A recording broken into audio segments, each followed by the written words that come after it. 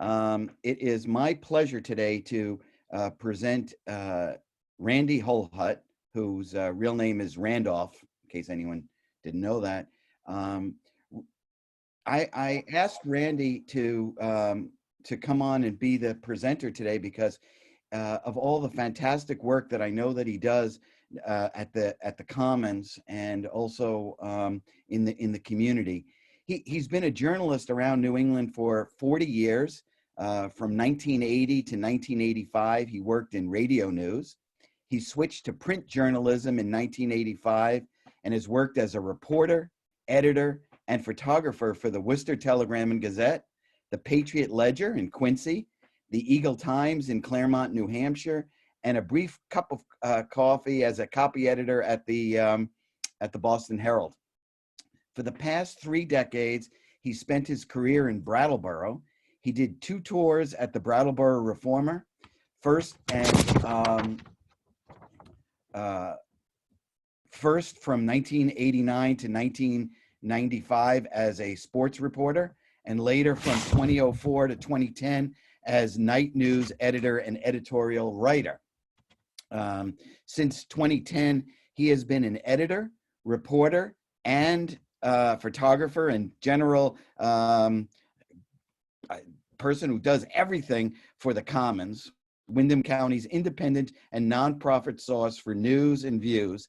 He guides the sports, arts, and local news coverage, as well as the milestones page, and is the voice on WTSA for all those ads.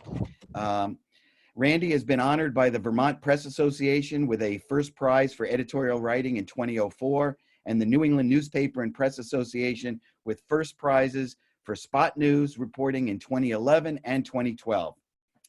Randy graduated from Holhut Community College, the University of Massachusetts at Amherst with a BA in Communications, the John F. Kennedy School of Government at Harvard University with an MPA in Press, Politics, and Public Policy, and the U.S. Army Infantry School at Fort Benning, Georgia. He served 6 years in the Massachusetts Army National Guard as an infantryman from 1981 to 1987, mustering out at the rank of sergeant. He lives in Dummerston with his wife, longtime journalist Joyce Marcel, and who is a fantastic writer in her own right. And it was with great honor that I introduce Sergeant Randy. Good afternoon, everybody. Thank you for the introduction, Marty. And I guess you're getting down low on the guest list to have me over for lunch. But it's a good time to have me over because last week marked my 40th anniversary of my professional debut. It was Patriots Day, Patriots Day 1980. So, you know, the 2 big events on that day was Bill Rogers and Rosie Ruiz winning the Boston Marathon, and Tony Romo was born. Those 2 events don't seem to go together, but then we all know about what happened to Rosie Ruiz and her marathon victory. But that was my first night as a news person at a radio station in Springfield, Massachusetts. And I was 18 years old, a freshman in college, and it all began there, and a lot of twists, a lot of turns, a lot of failures, a few successes, some more failures, and a few successes. And here I am in Brattleboro on a newspaper, a nonprofit newspaper, something that doesn't really exist in many places these days. Well, there are a lot of papers that aren't making a profit, but there aren't any nonprofit newspapers that are doing what we do. And it's a weird time for newspapers right now. You have, before the virus, there were 25% loss in newsroom personnel nationwide. And in newspapers alone, the workforce has gone from 71,000 in 2008 to about 35,000 as of last year. And that was before the virus that newspapers are in trouble. Since the pandemic started, newspapers have lost a great deal of revenue. And in the case of the Commons, we've seen a decrease of the 50% in our ad revenue, which is a lot of money, but I'm more grateful for the 50% that are still advertising our paper and are still standing by us. And what happens to a town that doesn't have newspapers? And fortunately, Brattleboro hasn't had a chance to find that out. We came close. We've had more than a few near-death experiences at the Commons in the 10 years I've been there. And certainly it was not looking good until the local ownership group bought the Reformer in 3 years ago, it was. And now, Brattleboro is unique that has 2 newspapers, where other towns are losing them altogether. And, what makes Brattleboro so special that it can rates 2 newspapers? I think it's a combination of this town really likes to read about itself. They love to see their names in the paper. They're quick to tell you when something's going right, and even quicker to tell you when something's going wrong. They were far enough away from all the population centers that nobody's covering us in Burlington or Albany or Boston or Springfield, Massachusetts. We're kind of off on our own little news island. And that's why we have 2 radio stations and 2 newspapers, a vibrant community access television station, a low-powered public FM station, and Brattleboro, which was one of the first community-based journalism boards in the country. Brattleboro tends to revel in its uniqueness, but this is definitely something that Brattleboro can be proud of, that it can support a media ecosystem like that. But it comes back down to support. And a nonprofit newspaper operates under the principle that news is a public service rather than a commodity. News is something that the whole community needs and shouldn't have a toll booth attached to it, so everyone can get the information. And we're trying to sell you your free newspaper. The public radio model that we'll give it to you for free, but if you like it and want other people to know about it, help us out. And it has more or less worked all these years, but in the case of this unprecedented crisis we're in, we needed a little help. And we're been one of the recipients of the Paycheck Protection Program money from the government, which surprised me that we were able to get in on the first try. And so it's helped stabilize our payroll and expenses for the coming couple of months. But after that, I have no idea what's going to happen. And I'm sure for everyone else in Brattleboro, they have no idea what happens next after the pandemic passes, because you walk down Main Street now and it just is. Even when the Brooks house was burned, it was how eerie it was to have that black hulk at the end of the Main Street. This is even eerier to walk down and see being able to park on Main Street at noon, walking down storefronts that have no people. Then, how quickly will that come back? And that's going to rely a lot on the community we cover and the creativity that we're seeing that seems to have moved out of the real realm and off into the virtual realm. I've never been on so many Zoom meetings before in the last 6 weeks. I've never even heard of this program until the pandemic started. And now I'm doing 2 or 3 of these a week. And even my first Rotary appearance, I don't have a live audience in front of me, but I know all of you are out there, and I'm glad you're taking the time to listen to me. And now, thanks to Marty's insistence that these be preserved for posterity at BCTV, we can do this. And the creativity in a crisis creativities and crises seem to go together. You can panic and flail about, or you can come up with new ideas and new opportunities. And we're looking at this chance at the Commons for new opportunities to try and improve what we do. But the first priority, of course, is to try and preserve what we have. You know, if you've probably noticed, the papers have gotten thinner. They've been thinner because had less ads and fewer people working, and that was before the crisis. But we hope to be in the next year or so to, you know, increase our fundraising, increase our visibility in the community, bring back some things that we've been not doing as much of lately, like our media mentoring project, where we help the community learn more about itself by telling its stories and learning how to tell those stories. And of course, the one thing that doesn't seem important now, because all of you still want a paper, an ink newspaper in your hand on Wednesday, but fixing our website, because sooner or later, we're going to not have newspapers in the printed form. I hope that doesn't happen, right? Because I like papers too. And I hope you would continue to support media, the Reformer and us, and BCTV and WVEW and Brattleboro, and all the rest of the local media ecosystem that helps tell the stories, because without it, communities that don't have, it's been studied over the last few years, that communities that don't have vibrant journalism, or journalism at all, no newspaper covering them, tend to have fewer people voting, fewer people involved in town government, and increased corruption, because when public officials know no one is watching, they tend to get a little sticky-fingered.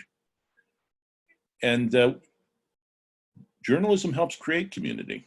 We as much reflect the community as well as are part of it.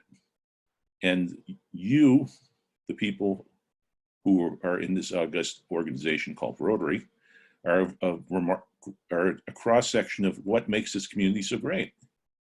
And there's so many others, folks, and we're trying to tell those stories. And so long as we're supported, we're going to keep telling those stories.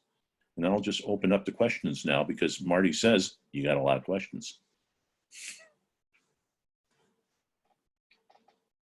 Jump right in.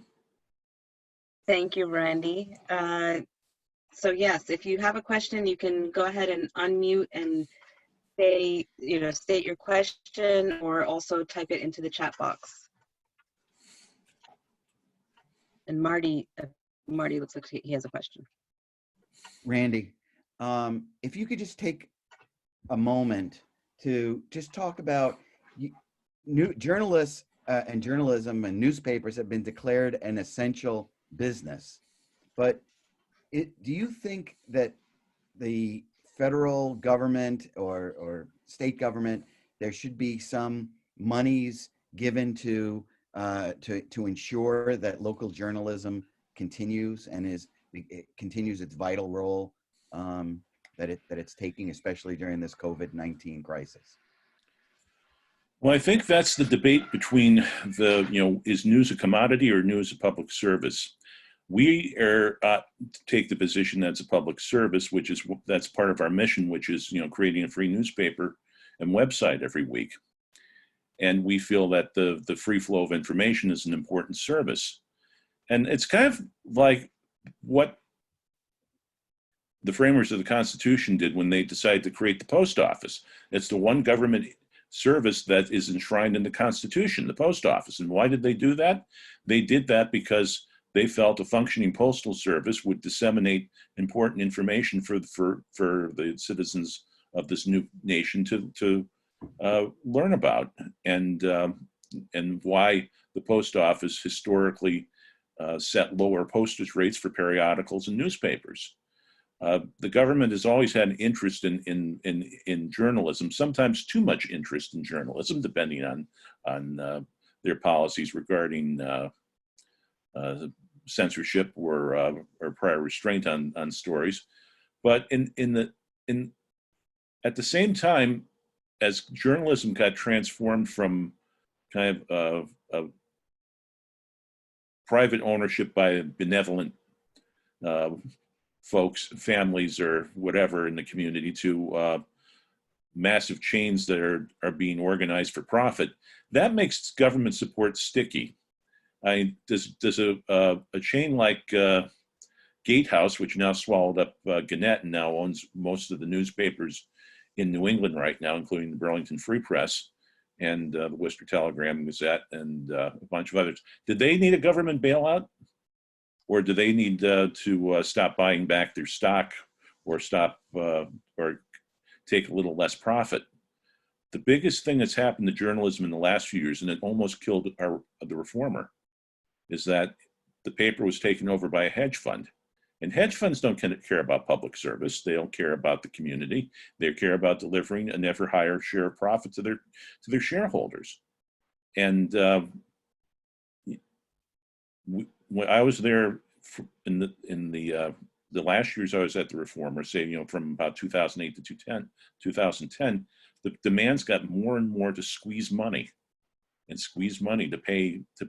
meet the profit expectations. So if you're asking government to support something like that, don't know. And if you're asking government to help give nonprofits a hand, that's a little more defensible.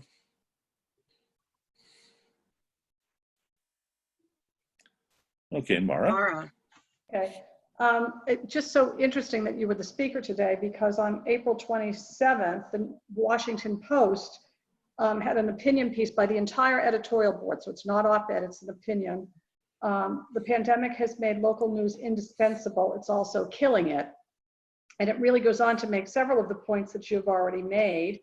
And one of the points it really made that struck home to me is when you don't have a local newspaper and you don't know what's happening in terms of just the ins and outs of your local community, that these churches are doing this on a Sunday, or rescue's doing that, or you've got a little community hero over here, or news about your social clubs or your AA meetings, etc., that civil society and community cohesiveness is found to be breaking down in places across America. And they're fine, and it's very good. I can send it to Marty and then he can post the link.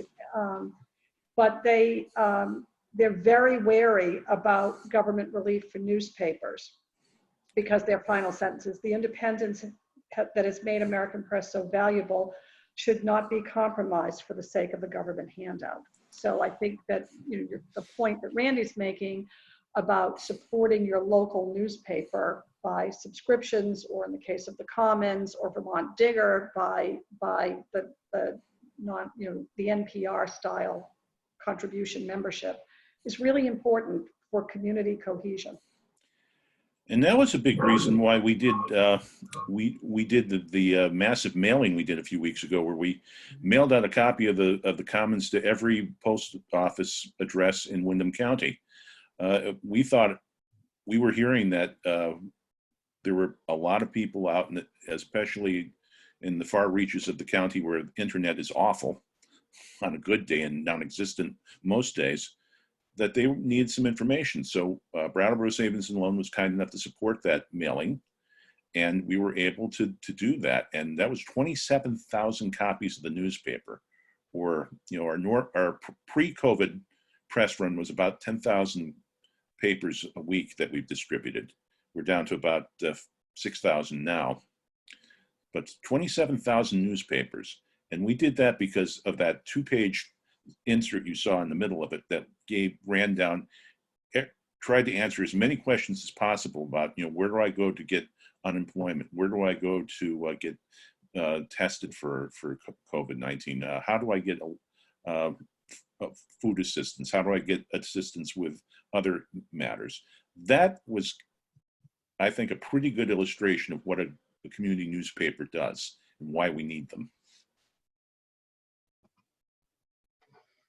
Thank you, Randy. Meg, did you have a question or a comment you wanted to make? You may need to unmute. Yeah, no, I'm fine, Carl. I think I just accidentally hit raising my hand, but really enjoying what Randy has to say. And very impressed with the 27,000 papers going out to give that kind of really critical information for local resources. So it's really nice to have it curated into one place. So thanks for doing that. Well, and thank the post office, particularly the Brattleboro post office, which was way more understanding and generous than they needed to be, because admittedly we don't do this very often, and we don't know a lot about the Byzantine structures of doing bulk mail. They were good enough to help us out and bend the rules slightly to help us get it done. And it's not something we want to do regularly because of how much expense and how much time it took to get it done. But you can expect that so long as the crisis goes on, we might be doing this every few weeks. We hope maybe sometime in May we might do something that might be geared toward the planting season. We're hearing a lot of talk that people want to do their own victory gardens for this summer to help provide food for their families or their neighbors who are in need. And we're hoping maybe we can put together some sort of similar package to help the newbie gardeners out, or to offer a refresher to people who haven't been out growing vegetables in their backyard lately. That's tremendous. Thank you. Marty. Oh, I see Ron as well. So Sergeant Randy, please take a moment to we talk about, we have the Brattleboro Reformer and we have the Commons in terms of print media.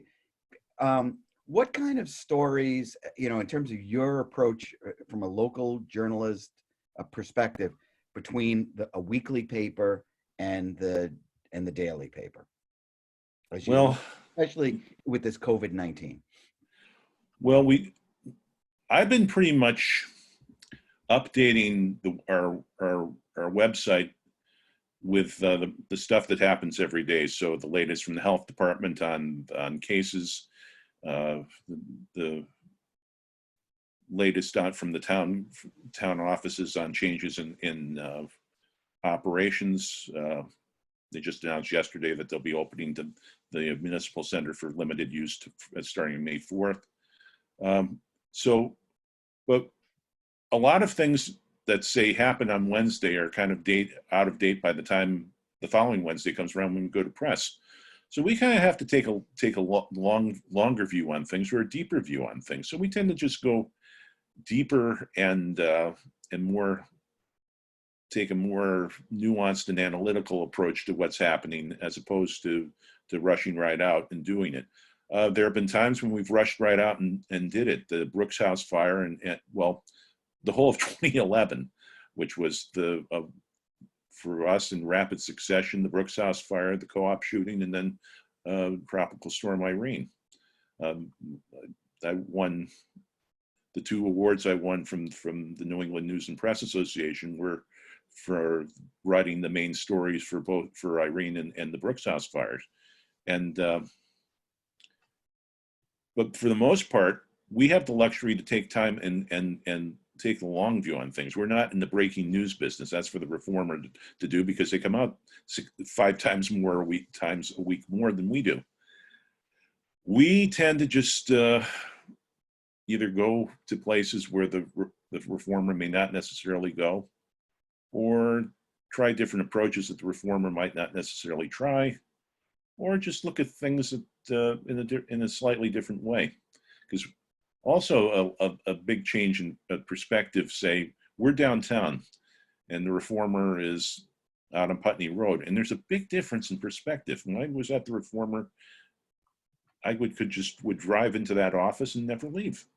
And the world looks different from a parking lot in 2 miles from the municipal center than it does when you're walking down from the High Grove lot down to Main Street every day. Where offices are at the Hooker Dunham building right across from the Brooks House. So the fire was right in front of us that day. And so we kind of try to be more of the paper that takes a more a longer view of things than say the deadline today. And that's been the biggest change for me, going from daily journalism to doing weekly journalism, was that, you not think it's today is not so much a big deal when you're producing a weekly newspaper. You have time, and you have time to get it right, to talk to additional people and dig a little deeper into a story than you would if you had to rush something into print. So I think Ron has a question, and then there's a question in the chat box that we'll read after Ron. Yeah, I'd like to make a $20 brag for Randy. A $20 brag? What's that? Well, let me speak to it. As a member of the school system, I always appreciated Randy's fairness and accuracy on reporting about the schools. And also previously, when he was a sports reporter, it was just great for the student athletes and their families to get the highlights that Randy would report on. And I really think Randy is such an asset to our community. So thank you. Thanks, Ron. And actually, there's a word for it in the business. We call it refrigerator journalism. It's the stuff that people clip out of the paper and put on the refrigerator when their son or daughter or niece or nephew or grandchild does something great, and they clip it out and put it on the refrigerator. And the number of people who I mean, I've been doing this long enough that I'm writing about the children of the people I wrote about in 1989, or watching the grandkids now in some cases. There's pop that will be playing on the fields in another decade or so if I'm still doing this. It's the whole watching the kids and their families grow up, and sharing the joys and tragedies of life here in Brattleboro. And it's really an honor to have done that and to have been part of a community. And there was a time when I really wanted to be working in Boston in the big leagues of journalism. But one, timing wasn't right. Two, I really wasn't good enough, I don't think. And three, I like being here. I really like being here. And you come to Brattleboro, in the first year or two, you think, well, okay, I'm going to be here a little while, get some experience, I'll go off. And it's 31 years since I moved up here, and I didn't get the career. Instead, I got a life. That's nice. Roger Albee, did you want to read your question, or do you want me to? I'm not sure if you want me to read it. I can read it. Okay, go ahead. Thank you, Randy. Years ago, when I grew up in the little town of Brookline, many years ago, the local communities had feeder systems. A town clerk, Minnie Marsh, fed into the reformer. Do you have that feeder system from localities today? I wish we did, because I remember there were still some vestiges of it when I got to the reformer, that there were still town correspondents like Kathy McMaster up in Wilmington, and Burnett in Halifax. And we don't have that. And that would be really great if we had town correspondents again, who were like that. The person who was plugged into all the gossip and could feed in those little briefs that you remember from the reformer of the 40s and 50s and 60s, the town notes column of who went where visiting, who's back from their vacation, who's doing this and that, the scout troop news, Who's having a baby? Who's having a baby, and all that stuff. That, but I think what replaced that? Facebook. Facebook has taken that role of the town notes column, and we get and Jeff Potter, my editor, and the real brains of the operation. He's masterful at mobilizing community through Facebook to get that kind of information. But I would love to see more town correspondence. Thank you. Sherry Ann, did you have a question? I wasn't sure if you were waving before for a question. You're muted. No, that's okay. I was gonna make a a brag too about local newspapers. There is no question that local community newspapers are an essence to the vitality of your community. And I come from a newspaper family, a local newspaper family, who I will say it's celebrated post 100 years old. From my grandfather, he ran the St. Croix Avis, which is on St. Croix, obviously, and it's still family owned and family run. There are not many of them, those kind of papers left that are under family ownership.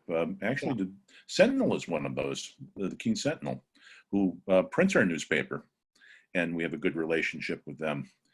And just the community newspapers are only as good as the community. And the reformers, since the new ownership change, has gotten, I think, far better than people will give it credit for, because from the days when I got there in 1989, it was Norm Runyon's last year as editor, and he was everything all the stories you've heard about Norm are true and then some, in terms of his news sense, his fearlessness, his how difficult he was to work with, how he loved gathering eccentric people who could write around him. He brought me to Vermont. That's where I met Joyce. That's where I got an awful lot from Norm, and I miss him, still miss him now. And that's why he set the motto, gave me the template what a community newspaper should look like. Thank you. I think if there's one final question, we have time for one more. I'm scanning the screen.